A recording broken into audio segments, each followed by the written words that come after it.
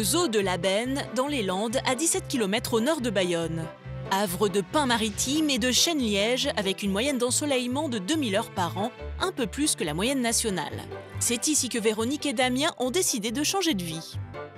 On a vendu notre belle maison et on est venus tous les trois s'installer ici dans ce havre de paix. Entourés de soigneuses passionnées, ils ont pour objectif de faire de leur zoo un lieu de bien-être pour leurs animaux.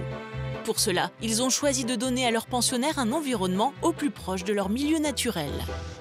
Un défi pendant l'été, mais aussi pendant l'arrière-saison qui ici peut voir le thermomètre afficher les 27 degrés. On a le hibou qui... Bonjour Monsieur Hibou. Bonjour, petit hibou. 60 espèces différentes au milieu d'une forêt de 5 hectares dans un climat océanique.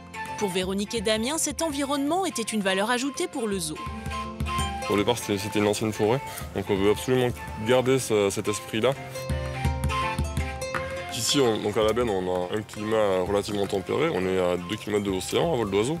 Donc aujourd'hui, on est plus porté sur un choix d'animaux qui vivent dans cette atmosphère avec ces températures et ce climat. Un autre avantage pour les animaux, le sol sablonneux des Landes. Un confort pour bon nombre d'entre eux. Pour les autres, des enclos sur mesure, comme pour les loups du Canada où chaque détail a été pensé pour se rapprocher au maximum de leur environnement naturel. Ils ont des tanières où ils peuvent se cacher, des cascades d'eau parce que les loups sont de bons nageurs de temps en temps, ils aiment bien aller dans l'eau. On a créé aussi des coins d'ombre, il y a des arbres. Ça, c'est très important que les animaux se sentent le mieux possible. Et pour apporter encore plus de fraîcheur à ces carnivores venus des grands froids, Sandra s'est munie d'un menu plutôt original pour le petit déjeuner. C'est de la viande coupée en morceaux. On a mis dans un gobelet avec de l'eau au congélateur. On laisse reposer une nuit et ça nous fait une bonne petite glace à la viande. Allez, venez! Les glaçons pour toutes sortes d'animaux, c'est super sympa parce que ça va être plus difficile pour eux à manger. Ça va durer, le nourrissage va durer plus longtemps. Chez les lémuriens ou makikata de Madagascar, même topo, même si pour eux les 80 jours d'ensoleillement par an des Landes, 20 jours de plus qu'à Lille, ne sont pas un problème, au contraire.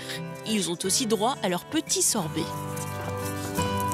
Il y a kiwi, il y a banane, orange, carotte, un petit peu pour tous les goûts.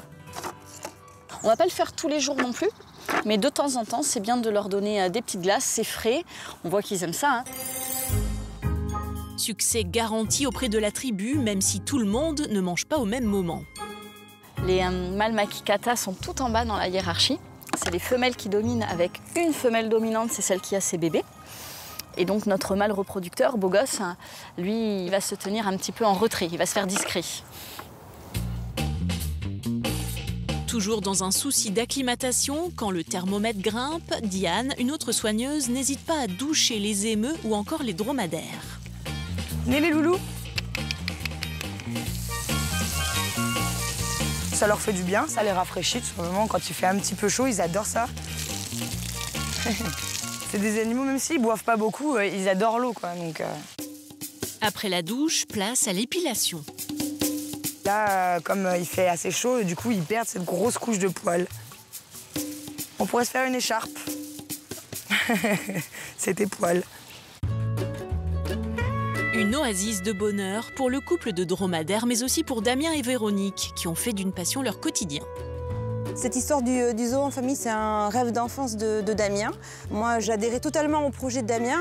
Et il y a eu ce parc zoologique à la Benne qui a été mis en vente. Et là, on a sauté sur l'occasion. On s'est dit, c'est la chance de notre vie, il faut y aller, il faut foncer. C'est vraiment une passion qu'on vit au quotidien, puis qu'on vit aussi pendant nos vacances.